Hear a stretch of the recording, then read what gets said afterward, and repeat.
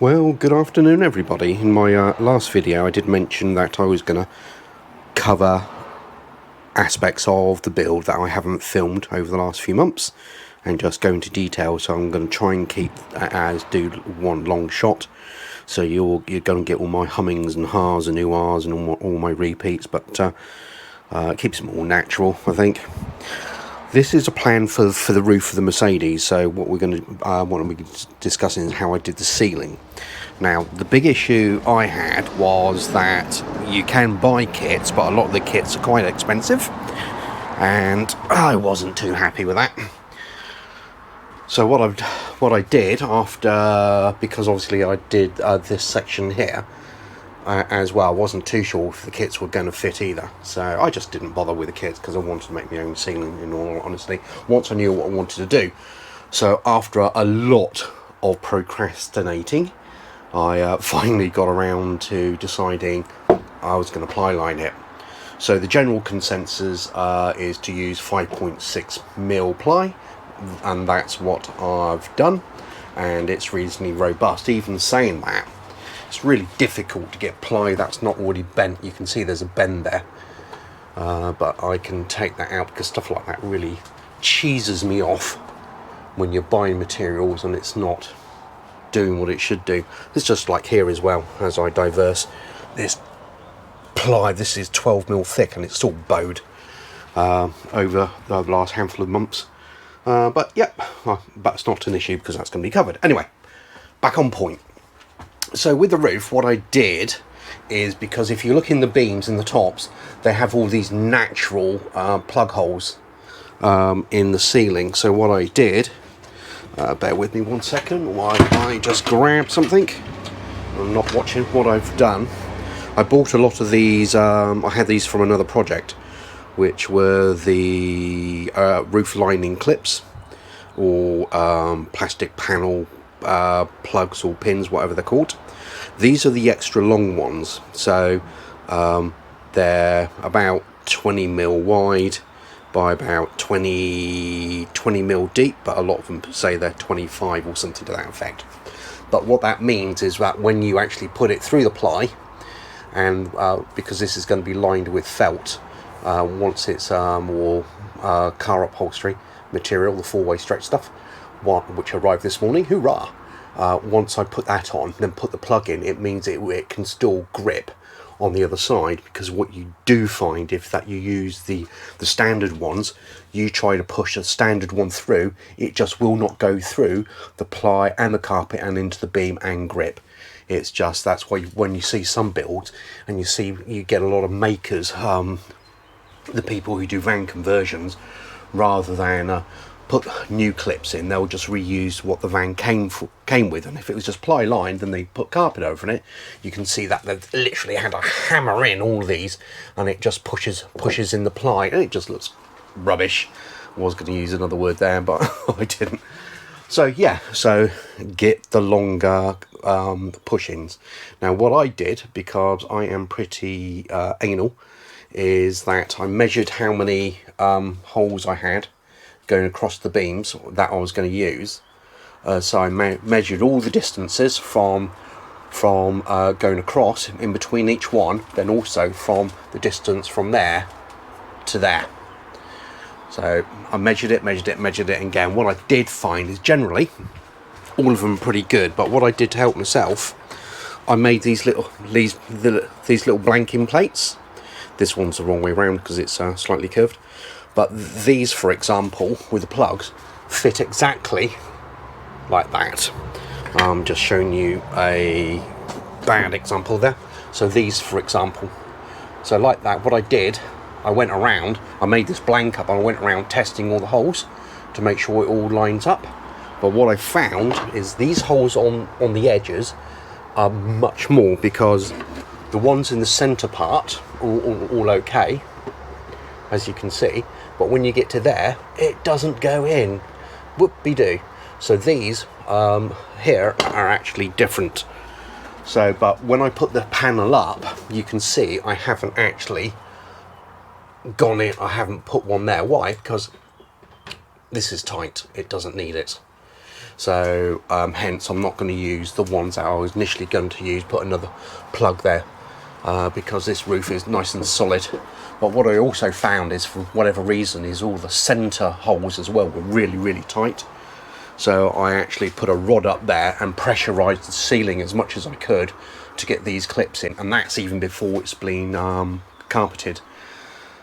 So that's going to be interesting. Hopefully it will fit okay.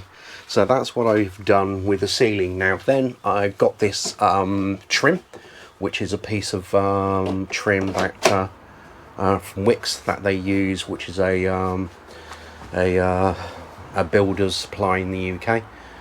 This trim it's got a 10mm gap here, and I cut it to size, but then when I get the other panel, which is sitting outside, then the other panel is going to slot in there and run all the way across. Then I'm going to fix it to under here, so when this will then be clipped up and secured. So that will be good. So that will give me a complete solid ceiling. Now obviously I've got the gaps down the side, but what I've covered in the past is that I did have some side trims, and these side trims went all the way along, but now they're a little bit too short. So what I'll need to do is remake some new ones, and the new ones will be something to that effect. Obviously I'll do it as look, there you go. It does help if I show you what I'm doing. So it's the new one's going to be secured like that. It was the easiest option. Why? Because in the UK these panels for the average layman like me come in the maximum width you can normally find them is 1.2 meters, and my gap from there to there to be perfect was 1.4. And so I looked and looked and looked, and I wanted this to be a really clean finish on the ceiling. What I didn't want to have is lots of connections, so I've only got one connection across the whole roof, and hopefully that will work out fine. And also running this nice and flat, because if you put one panel in, then another panel in, and another panel in, you can guarantee, even with the best of ply, there's going to be differences. So this ceiling will look pretty flat all the way across, which will be nice, I hope. So that's the plan. And also, because I haven't put a baton up here, I've put it straight into the beam. It means that I've managed to maximise the height of the van, because I'm about just under 5'8", and I've got that much headspace above me, which is woohoo. Yeah, about that much headspace above me, which is brilliant. Which is I'm really pleased about. So it makes it nice and good, because I see so many people when they're building a camper van, a self-build camper van, not turning a van into a motorhome build. But this is they'll put batons on, they'll put wooding on, and everything comes in, comes down, or comes up. So for me, and for what I'm going to do, I wanted to maximise all the space inside.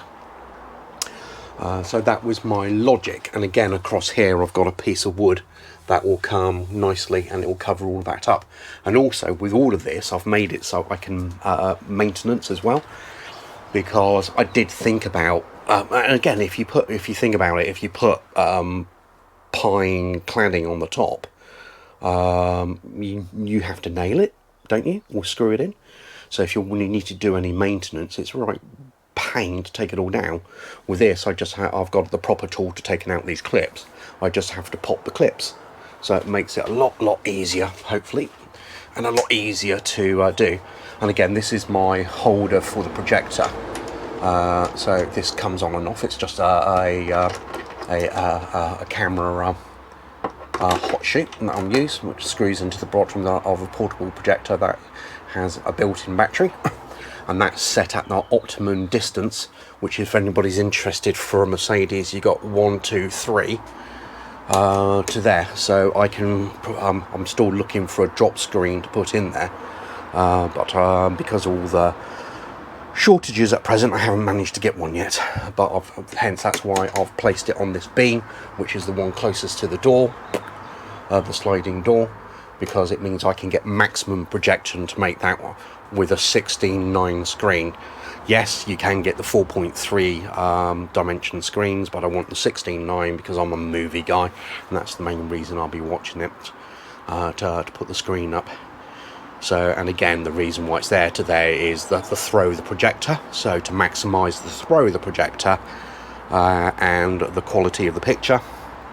So, hence I did test it all out, so that's okay.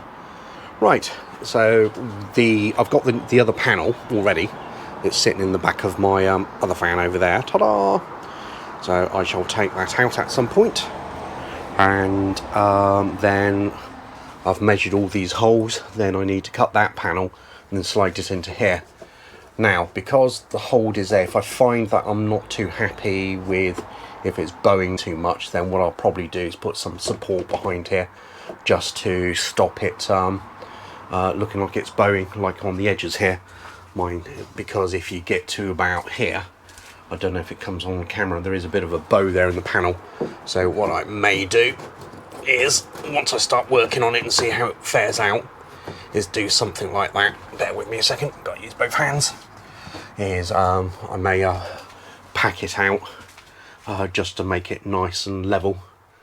It may not be an issue, but I generally find that if I can correct things as I go along, if something isn't straight or level, if you don't correct it further down the line, is going to cause you a problem.